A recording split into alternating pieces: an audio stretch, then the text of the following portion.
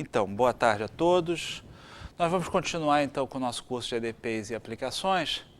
E a ideia hoje é falar um pouco do movimento browniano, da integral estocástica e iniciar o estudo da chamada integral de Tor.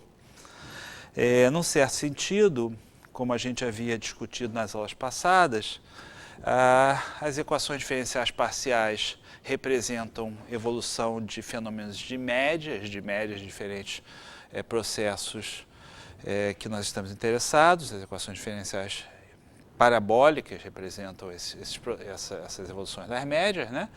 E quando a gente estuda o movimento browniano e a integral estocástica, no certo sentido, a gente está estudando o comportamento individual das partículas, a chamada teoria microscópica. Muito bem, então, por trás do estudo das equações diferenciais estocásticas está um problema muito importante, que é o problema de como modelar o fluxo de uma partícula, de um sistema de partículas que seja, sujeito a ruído. Ou seja, o que a gente está interessado é, de alguma forma, considerar x uma função do tempo e de um ponto em um espaço de probabilidade, ou seja, x vai ser um processo estocástico, no sentido que a gente já havia visto antes, mas eu vou rever com vocês o que significa esse processo estocástico. E a gente, de alguma forma, está interessado em, olhando para a equação diferencial dx dt igual a b de t x de t, ou seja, algo que define um fluxo, né?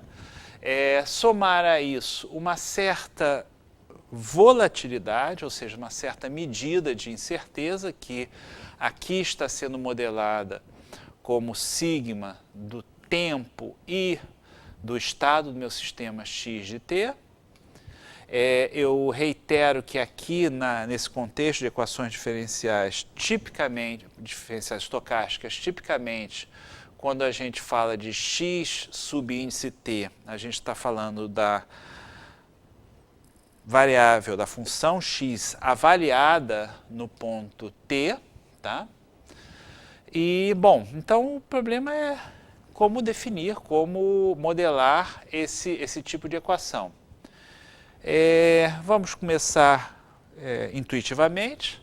Então, num primeiro momento, o que a gente gostaria de fazer é escrever, então, a equação dx de t, dx dt, a derivada de x com relação ao tempo, igual a um termo forçante, b de t x de t, mais sigma de t x de t, vezes um certo processo r de t. Eu vou ao quadro aqui agora. Então, o que a gente está pensando? A gente está pensando que, em um certo instante t, no ponto x, eu vou ter um campo que vai depender de t e de x, mas esse processo é um processo estocástico, então eu estou colocando subíndice t, e esse fluxo, então, vai ocorrer ao longo de uma trajetória.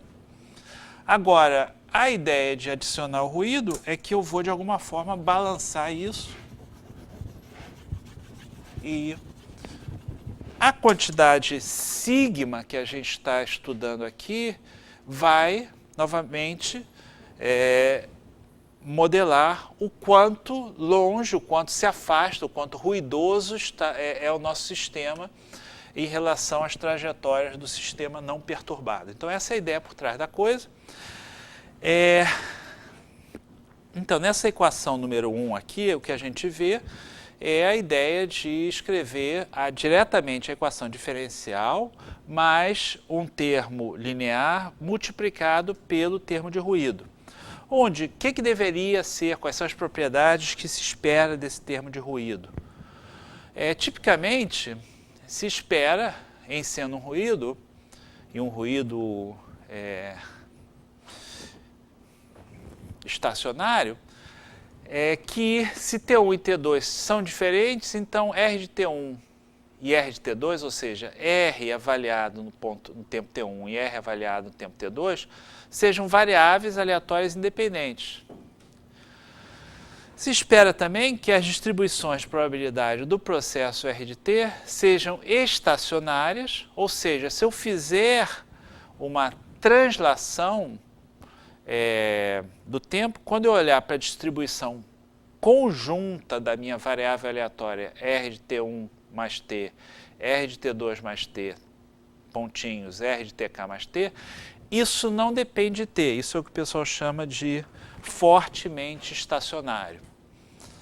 E finalmente se espera que, como a nossa ideia é que a gente está perturbando uma trajetória e que o sigma vai controlar o quanto a gente está introduzindo de incerteza, de volatilidade nesse processo, que o valor esperado de R de T seja igual a zero, de modo que, ao menos, a gente está perturbando em torno da média zero. Tá? Bom, isso daqui, num certo sentido, é uma lista de desejáveis e, formalmente, a gente gostaria que esse fosse o caso quando a gente atacasse um problema do tipo que eu estou trabalhando aqui. O que acontece é que, se nós partirmos dessa hipótese, ou seja, exigir que um processo estocástico satisfaça as condições 1, 2 e 3 acima, esse processo não pode ter percursos contínuos. E, de fato, para fazer sentido disso, você tem necessariamente que usar ferramentas mais avançadas, em particular teoria de distribuições e ferramentas bastante não triviais. Para as pessoas que estudaram essas coisas, por exemplo, em engenharia elétrica, esse R de T é conhecido como chamado ruído branco. E o ruído branco, formalmente, ele não está definido, não está bem definido em espaço de função, ele está definido em espaço de distribuição. Então, isso exige todo um formalismo bem mais rigoroso. O caminho elementar para bypassar, para pular essas dificuldades técnicas, é o caminho de se usar a gente chamada integral de Itoh. Ou seja, de voltar a essa equação diferencial número 1 aqui, escrevê-la como uma equação integral e, de alguma forma, modelar o termo integral de sigma vezes RT dt. Ou seja, a gente está interessado em modelar algum tipo de integral, certamente não vai ser integral no sentido que a gente conhece de teoria de Riemann, Lebesgue, Stieltjes, que vai fazer sentido de um processo R de T que, de alguma forma, tem essas propriedades que a gente está falando. Então, é isso que está por trás. E qual é a conexão disso com as equações diferenciais parciais? A conexão disso com as equações diferenciais parciais é que essa equação número 1 que a gente tem aqui, ela, num certo sentido, ela estuda o movimento de uma única trajetória do sistema.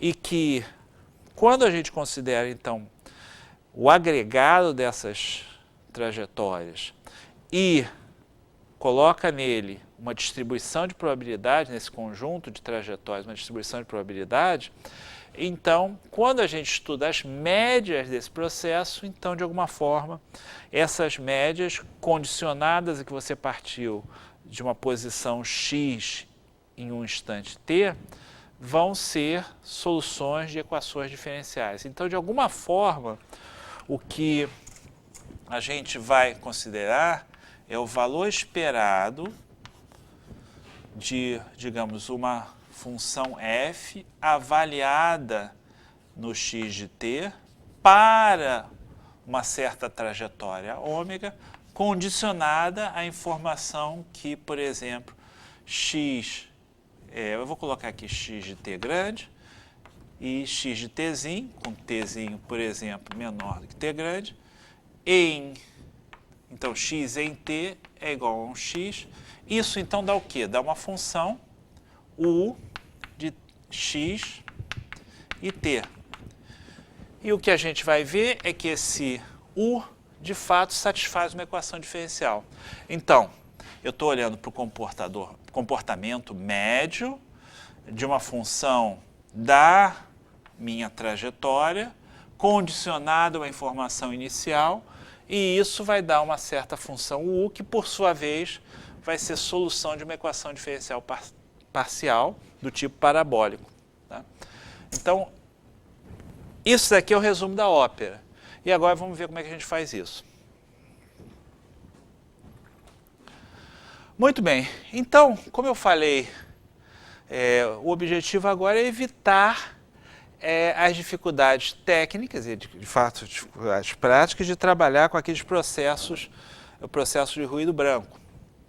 Então, o primeiro passo é considerar uma discretização do modelo e reescrever o modelo como uma equação integral. Então, uma maneira de fazer isso é desenvolvermos, aplicarmos a metodologia do Euler, de resolver equações diferenciais, com um pequeno detalhe, e isso vai ficar claro posteriormente. Se a gente botasse aqui um termo ΔTk, com R de t, por exemplo, uma função limitada, contínua, isso daqui não levaria a uma nova teoria. Então, a gente vai escolher, de fato, tomar aqui a raiz quadrada de ΔT. Se vocês voltarem à motivação que eu fiz nas aulas passadas, ou seja, se vocês olharem para o passeio aleatório entre o intervalo ΔT, entre um ponto T e um ponto T mais ΔT, ou seja, em um intervalo de comprimento ΔT, vocês vão se lembrar que na variável espacial a gente tinha uma escala que era a raiz quadrada do ΔT, que era o intervalo, o passo do movimento.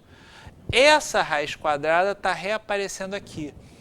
E, de fato, se vocês pensarem agora que B é zero, que o sigma, por exemplo, é uma constante raiz quadrada de 2D, que era o D da aula passada.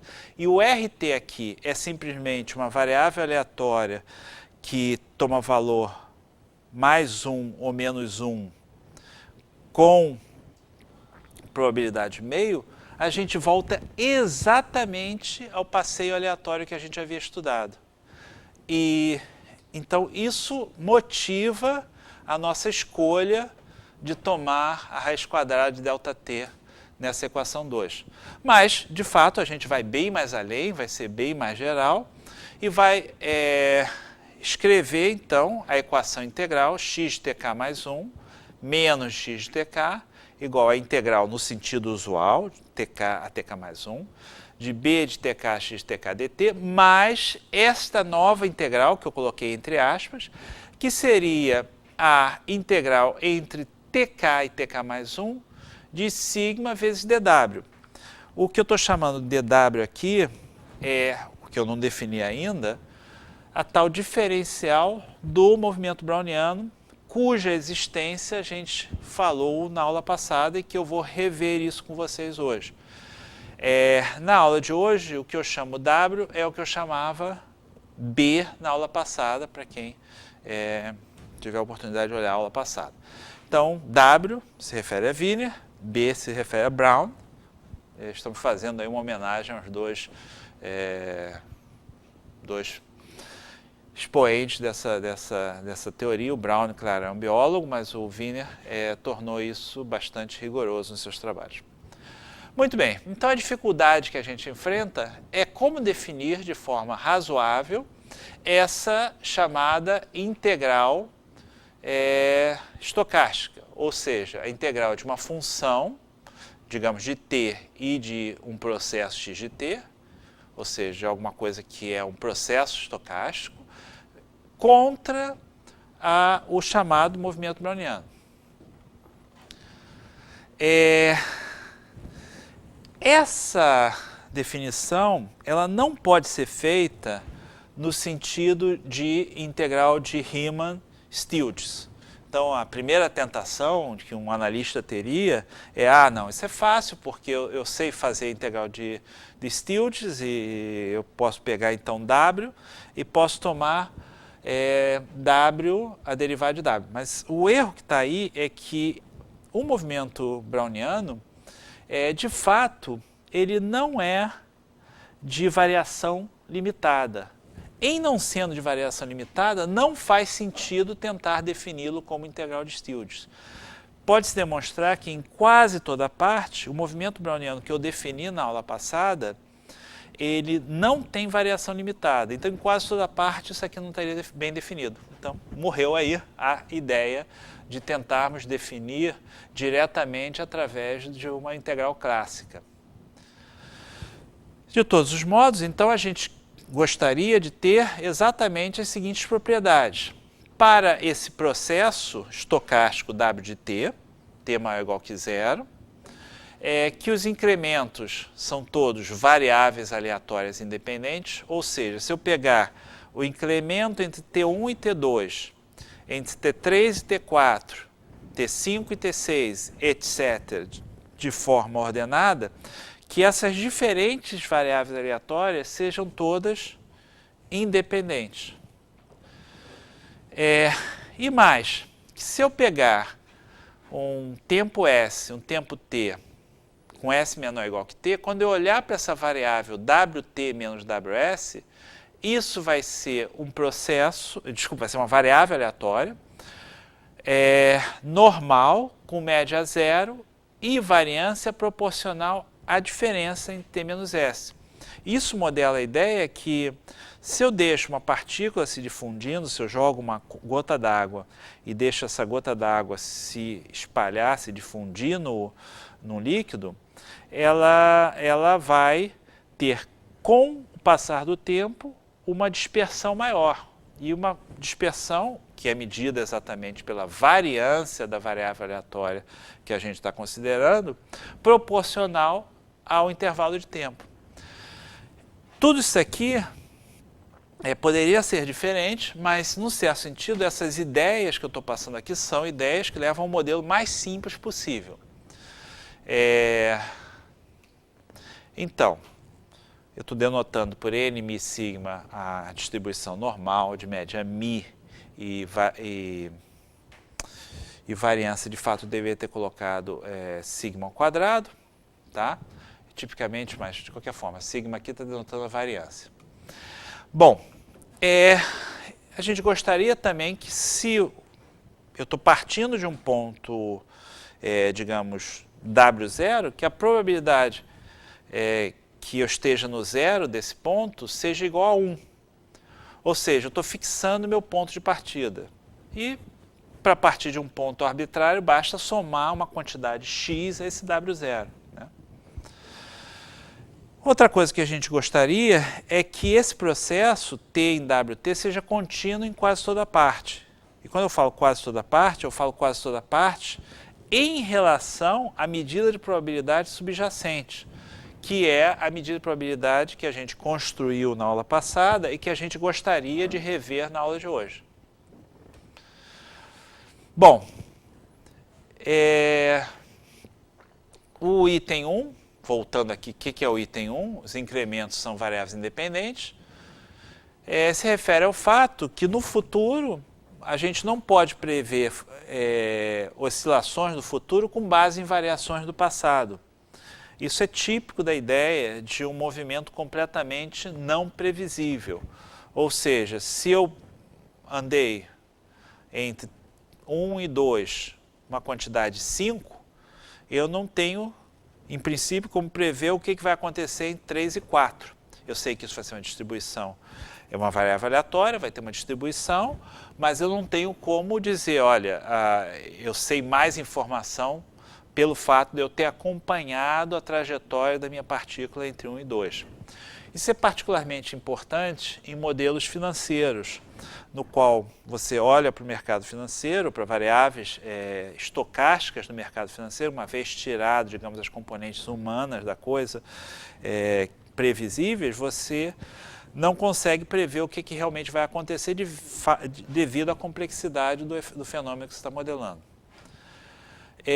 Bom, o item 2, deixa eu lembrar aqui que é o item 2, ou seja, que esses incrementos são gaussianos, é uma ideia simplificatória, uma ideia que naturalmente apareceu no nosso modelo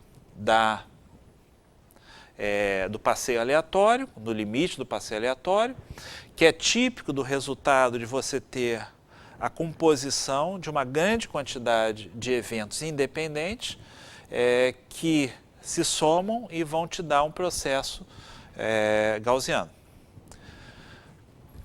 E a condição 3 é puramente uma condição de normalização. É conveniente para a gente exigir que o nosso movimento browniano partiu no instante t igual a zero da posição 0. E, como eu falei, para partir de outro ponto, basta adicionar x, onde x é esse ponto aí. Bom, um pouquinho de terminologia, uma terminologia que é muito útil, especialmente se você se interessa por aspectos probabilísticos,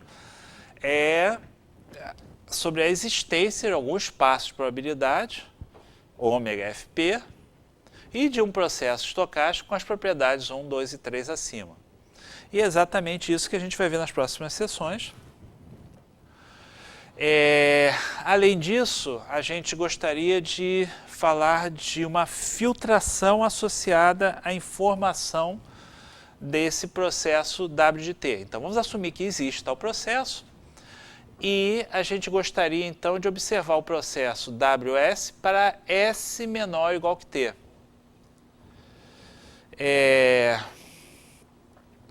Isso gera,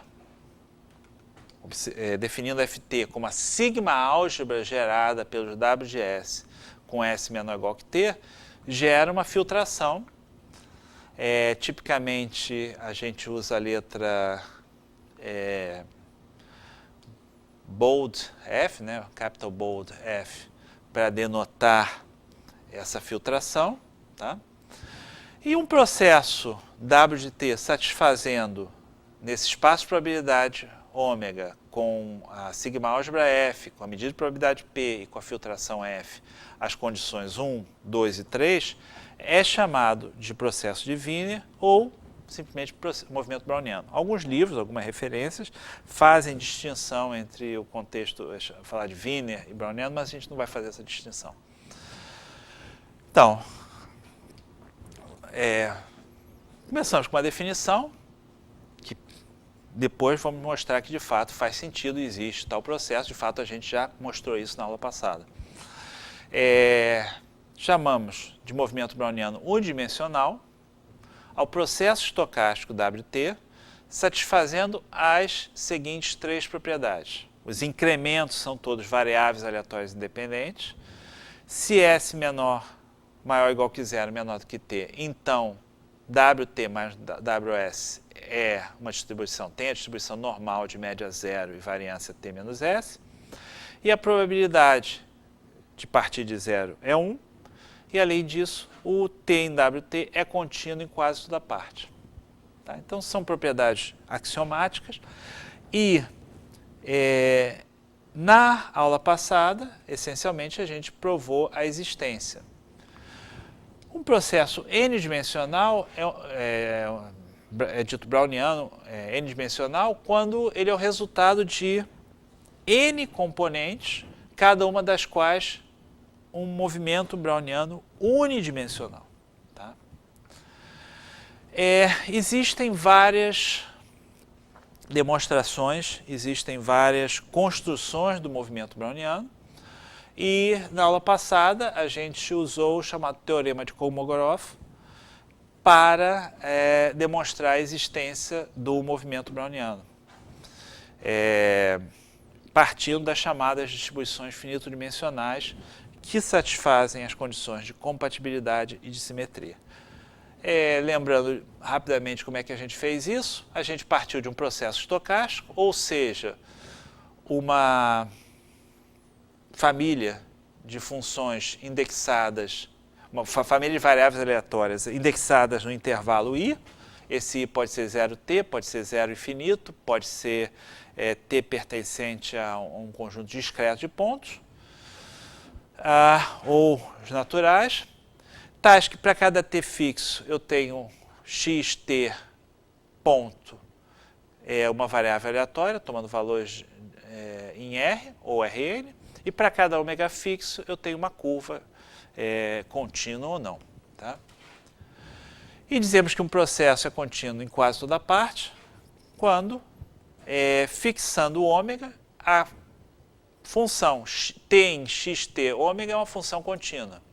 E, analogamente, contínua à direita e contínua à esquerda.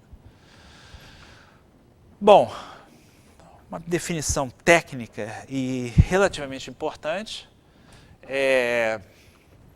Se x e y são processos com as mesmas distribuições finito-dimensionais, ou seja, quando eu fixar uma família T1, T2, Tn de pontos no intervalo onde o processo está definido, eu considero essa medida de probabilidade nos Borelianos, induzida pelas variáveis aleatórias calculadas nesses pontos T1, T2, Tn.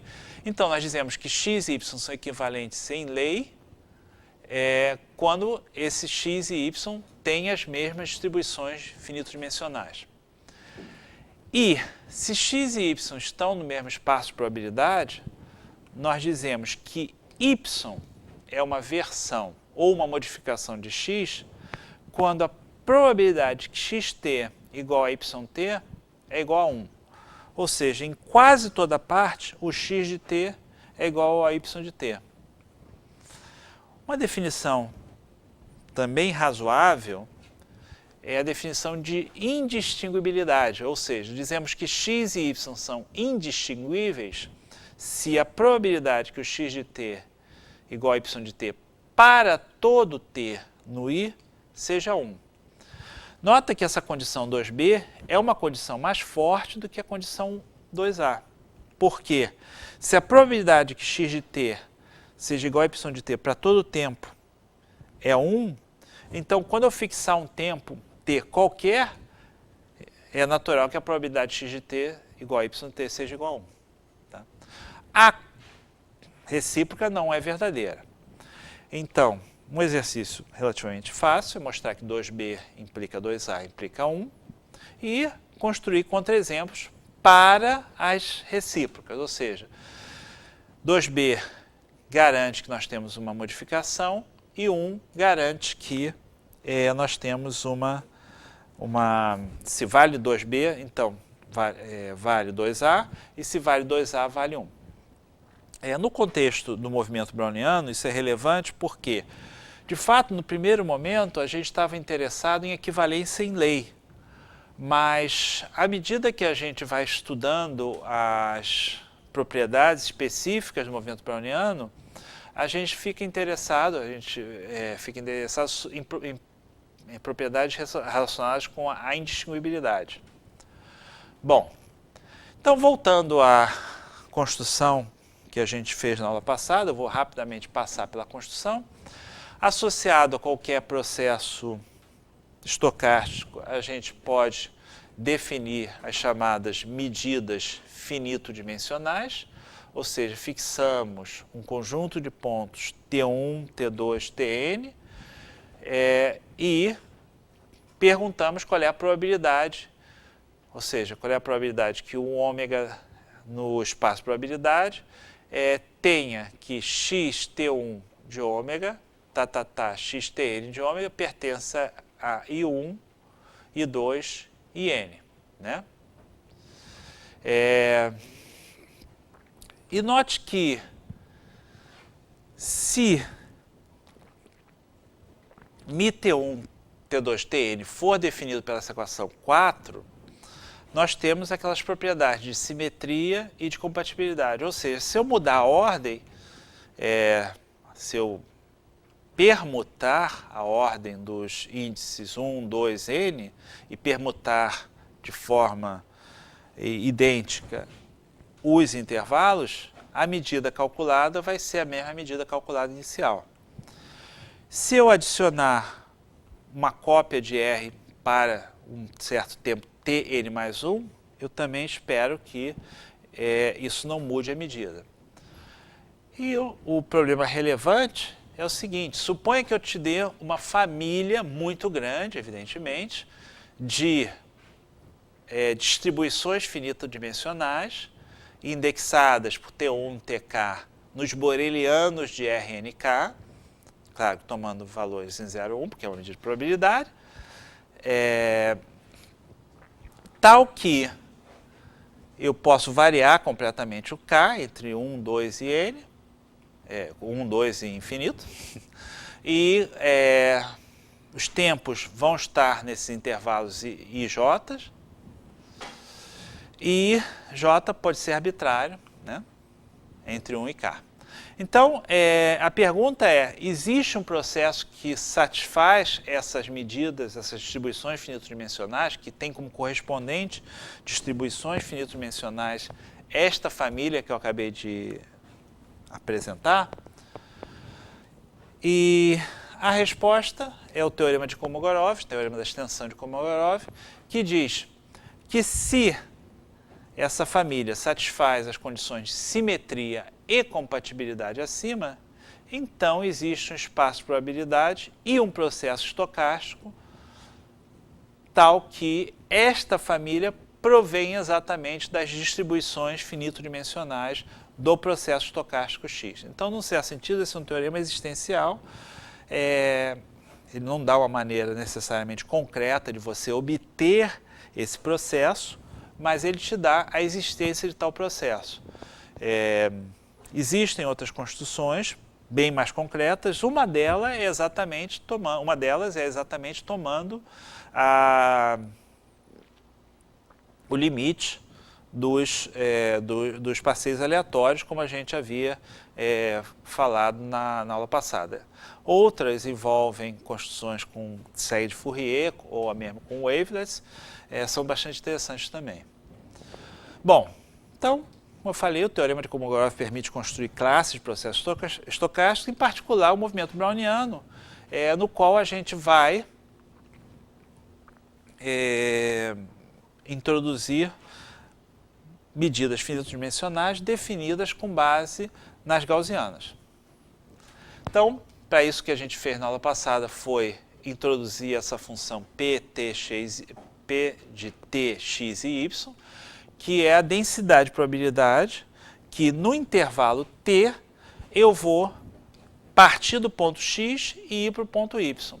Ou, analogamente, partir do ponto y e chegar no ponto x. Tá? A interpretação é a mesma.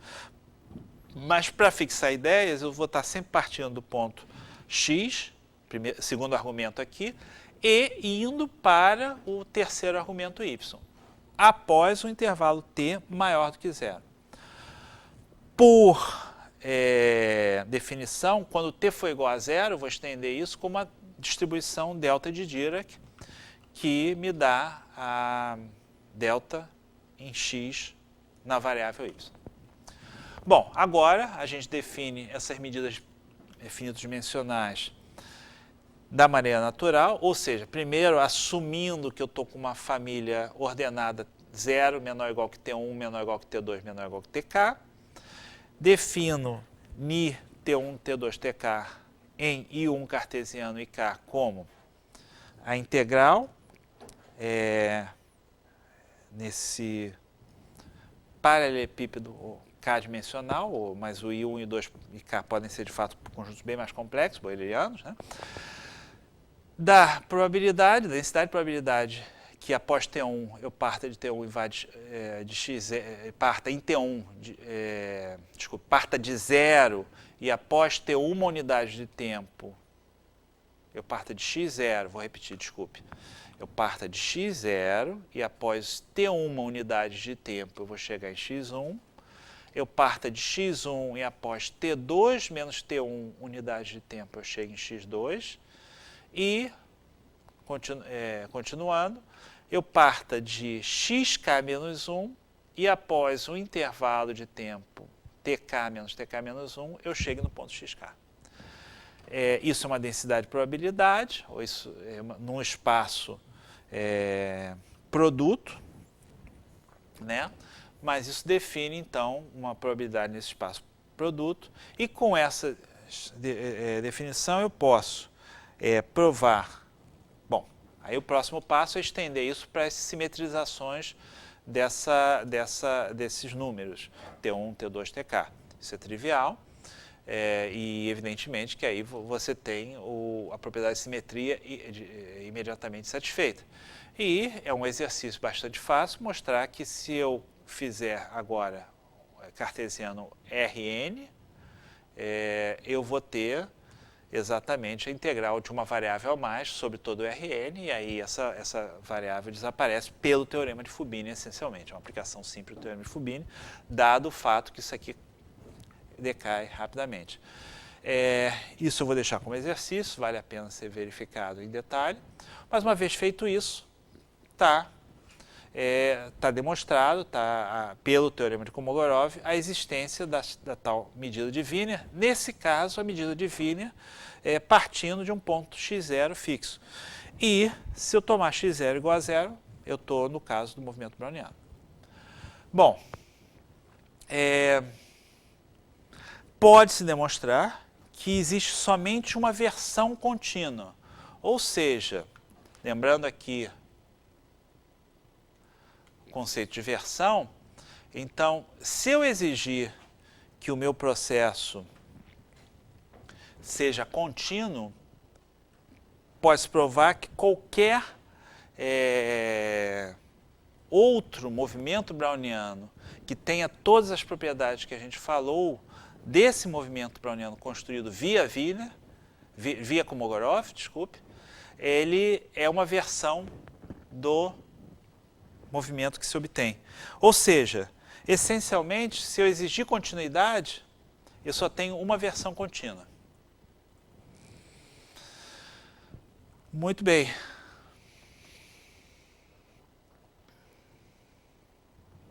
Claro que se eu não exigir continuidade, eu posso sempre adicionar um número, de um conjunto de medida nula sobre pontos T1, T2, TK, arbitrários e modificar o cara ali. E aí não tem graça nenhuma. Então, a continuidade é uma coisa bastante interessante, é um exercício bastante importante, que pode ser encontrado em livros clássicos de probabilidade.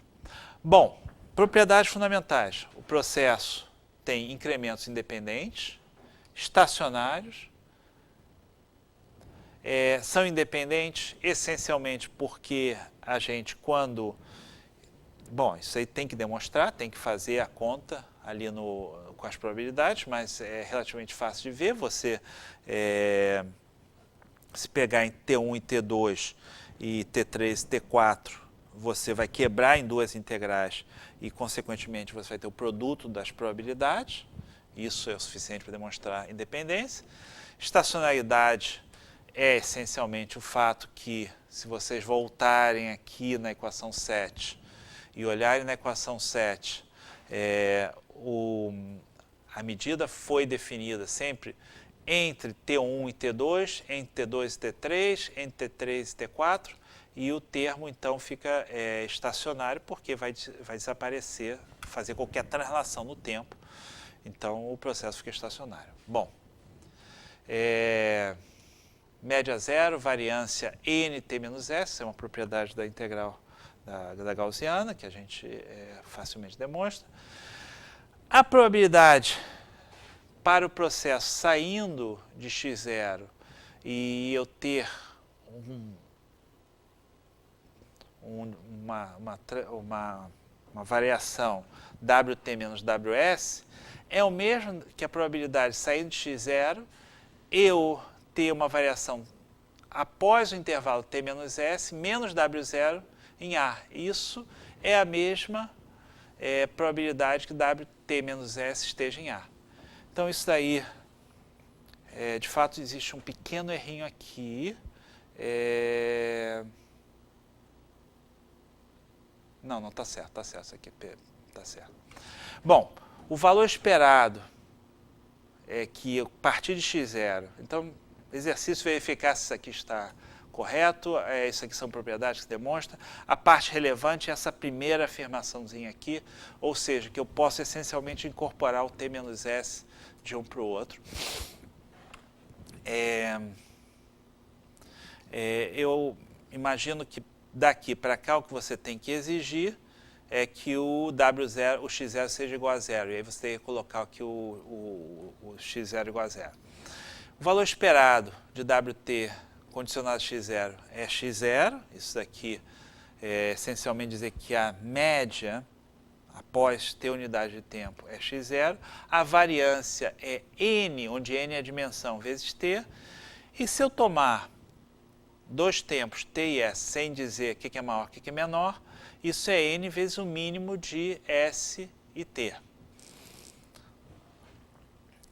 Para todo t real, se eu pegar e mudar a escala do tempo de s, ou seja, se eu multiplicar a minha velocidade de medir o tempo por um fator de escala, desculpe, eu vou fazer o contrário. Eu vou pegar um tempo real positivo, aqui eu esqueci o positivo, e vou mudar o fator de escala multiplicando por t, tá? E vou olhar para o processo WTS. Isso, do ponto de vista de percurso a percurso, é o mesmo que raiz de t vezes WS. Ou seja, eu posso mexer com essa minha escala e posso criar uma aplicação entre esses dois conjuntos, simplesmente mudando a escala. Isso aí é uma coisa que se demonstra também. Tá? Bom, como eu falei, é comum tomar x0 igual a zero na construção do movimento browniano, e nesse caso, a gente usa como notação P para a medida P0. Então, a partir de agora, o meu ponto de partida é zero. Associado ao movimento browniano, existe naturalmente uma filtração. Eu já estou trabalhando agora com o movimento browniano contínuo, a versão dele que é contínua. Eu vou falar então da sigma álgebra gerada por WS, para S menor ou igual que T, ou seja, é a menor sigma álgebra que contém todas as sigma álgebras que tornam os WS mensuráveis. E daqui a gente então define o filtro browniano, e é típico também colocar os conjuntos de medida nula de forma que a gente tenha um filtro completo. Bom, o Teorema de Levi é um teorema bastante interessante porque, num certo sentido, a gente saiu aí construindo essa medida de Wiener, o movimento browniano, medida de Wiener, mas a gente pode perguntar, bom, mas por que tem de especial nessa construção? Isso dá uma coisa assim tão especial? E existe um conceito fundamental em probabilidade que é o conceito de Martingale. O conceito de Martingale então, o processo x de t junto com o filtro f de t, ele é dito Martingale se o valor esperado do x de t é sempre menor do que infinito para todo t, digamos isso aqui é t pertencente ao intervalo i, xt é ft mensurável, e se eu olhar para o valor esperado de x de t condicionado a f de s para s menor do que t, isso tem o valor x de s. Tá? Então, isso aqui é o conceito de Martingale, que é extremamente importante. As duas primeiras condições são simplesmente técnicas. A condição interessante é essa daqui, que está dizendo que se eu perguntar qual é o valor esperado do meu processo após um certo tempo t, dado que no instante s eu estava dentro dessa sigma álgebra f de s, condicionado à informação dada pela sigma álgebra f de s. E a resposta é que, se for um Martingale, isso aí é x de s. Num certo sentido, esse conceito de martingale está extremamente ligado com o conceito de funções harmônicas. E, essencialmente, funções harmônicas preservam essa propriedade de martingale. Então, tem uma conexão bastante profunda entre martingais e processos estocásticos. Desculpe, entre martingais e funções harmônicas. Bom, de qualquer forma, o teorema da caracterização de Levi nos diz o seguinte, que se nós exigirmos que Wt seja um processo adaptado no filtro ômega FPF, na filtração, no espaço de probabilidade filtrada, então, espaço de probabilidade ômega FP com a filtração F, seja contínuo e tal que a probabilidade que W0 seja 0 é igual a 1, e que, além disso, tanto o Wt e o Wt ao quadrado menos t são martingais em relação à medida de probabilidade P e a filtração F, então Wt é um processo de Wiener. Ou seja, não tem como você sair muito da construção que a gente acabou de desenvolver se você tentar trabalhar com... Se você exigir que você está com Wt martingale e Wt ao quadrado menos t martingale. Muito bem. Do ponto de vista físico, o movimento browniano pode ser adaptado então, à modelagem de uma partícula imersa em um meio de movimento desordenado, onde ela está recebendo influências infinitamente pequenas, um número infinito dessas influências, muito grande, evidentemente, e que a gente está olhando, essas influências são independentes, né, e desordenado. E, de fato, foi essa motivação que o botânico Robert Brown, teve seu nome associado ao processo estocástico, quando ele observou o movimento de partículas de pólen. Tá? Bom,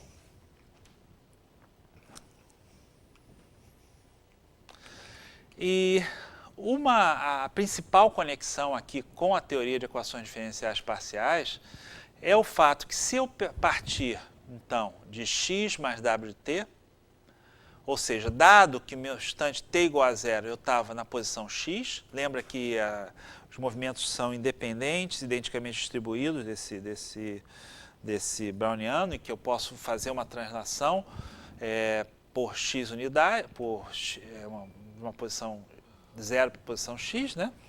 Então, ela é dada exatamente pela função de densidade, probabilidade gaussiana, ou seja, dado que eu estou em x em t igual a zero, eu estou em x, após t unidades de tempo, eu vou para um ponto y com essa densidade.